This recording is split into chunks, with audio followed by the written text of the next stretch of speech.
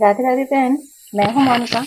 क्या आपको पता है कि अयोध्या में तिलक के ऊपर बिंदी क्यों लगाई जाती है?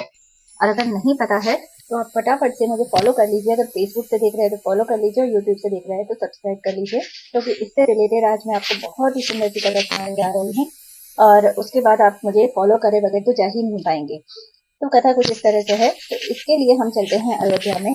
अयोध्या में कनक महल और हनुमानगढ़ी के बीच में एक जगह है, एक बड़ी सी जगह है जिसका नाम है दशरथ महल। आपने सुना भी होगा उसके बारे में। तो वहां पे एक मंदिर में एक महन जी काम करते थे, और वो महन जी राम जी के बहुत बड़े भक्त थे। वहां पे राम लक्ष्मण भरत और शत्रुघ्न चारों भाइयों की मूर्तियां हैं, और साथ में जानकी माता भी उनके यहाँ उनके पास खड़ी हैं। तो उस महन जी का उनका नियम था कि उनका एक आश्रम था। उसमें जो वो मंदिर में दिन भर चढ़ावा आता था, शाम को उसी को वो एक व्यापारी को बेचते थे। उस व्यापारी का नाम था पलटू राम, और जो महन जी थे उनका नाम था राम प्रसाद जी। वो बहुत बड़े संत थे। और जब वो व्यापारी के यहाँ जितना भी चढ़ावा आता था प्रसाद का, मतलब पैसे आते थे, उसी से वो प्रसाद मंगाते थे, भोग मंगाते थे, और उससे ही खाना बना के भंडारा चलाते थे।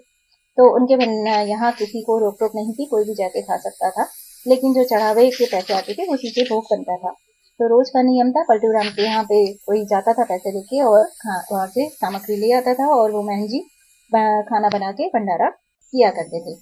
तो एक दिन भगवान को मजाक सूझा। भगवान ने सोचा चलो आज परीक्षा लेते हैं। तो भगवान ने उस दिन लीला रची, और उस दिन मंदिर में कोई भी चढ़ावा नहीं आया। देखते देखते शाम हो गई, शाम होते होते भी कोई चढ़ावा नहीं आया।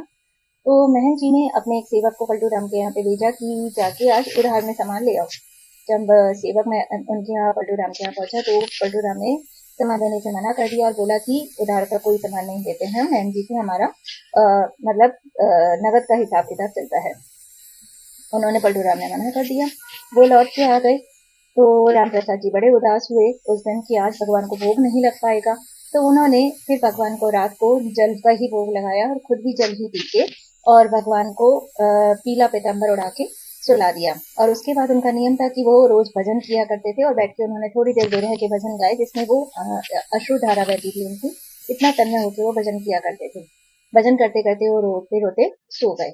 रात के आधी रात के समय पलटू राम के दरवाजे पर दस्तक हुई, जोर जोर से गेट बजे, और चार बच्चों ने आवाज लगाई कि पलटू राम गेट खोल, जरा फटाफट से गेट खोल। पलटू राम को बड़ा गुस्सा आया कि इतनी रात को ये कौन बच्चे हैं जो मुझे परेशान कर रहे हैं। पलटू राम ने उधर सोचा कि आज तो इन बच्चों को मजा चखाऊंगा। तो उसने फटाफट से उठ के गेट खोला। गेट खोलते ही देखा तो दिव्य आभा से युक्त चार बच्चे उनके दरवाजे पे पीला पीताम्बर ओढ़े खड़े हैं। तो उन बच्चों ने अपने पीताम्बर में से 1600 रुपए निकालकर पलटू राम को दिए कि ये लो 1600 रुपए महन जी ने भिजवाए हैं, और सुबह उठते ही सारी सामग्री, भोजन की सारी सामग्री उनके यहाँ पे पहुंच जानी चाहिए। तो राम उनकी आभा देख के इतना विभोर हो गया था कि उसको अपने मना करने के ऊपर इतनी ग्लानि हुई कि उसको बुरा लग रहा था कि हाँ, उसने मना कर दिया महन जी को। तो वो उसने कहा कि अरे महन जी को भिजवाने की कोई जरूरत नहीं थी, मैंने तो ऐसे ही मना कर दिया था। तो बोले नहीं नहीं, ये रखो। बोले ये तो बहुत ज्यादा है। तो बच्चों ने कहा कोई बात नहीं, धीरे धीरे भिजवाते रहना। तो पलटू राम ने पैसे रख लिए, और सुबह पूरा ग्लानि से भरा हुआ था। तो उसने वहां पे जब सुबह मंदिर के कपाट खोले राम प्रसाद जी ने, तो देखा कि भगवान का पीताम्बर गायब है। तो पलटू राम जो राम प्रसाद जी थे वो बड़ा मतलब परेशान हो गए कि पीताम्बर कहाँ गया।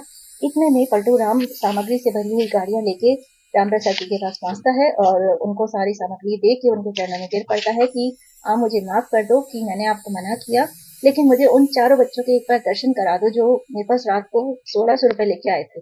बोले 1600 रुपए लेके? बोले हाँ, आपने ही तो भिजवाए थे, क्या जरूरत थी उन पैसों की, मैंने तो ऐसे ही मना कर दिया था।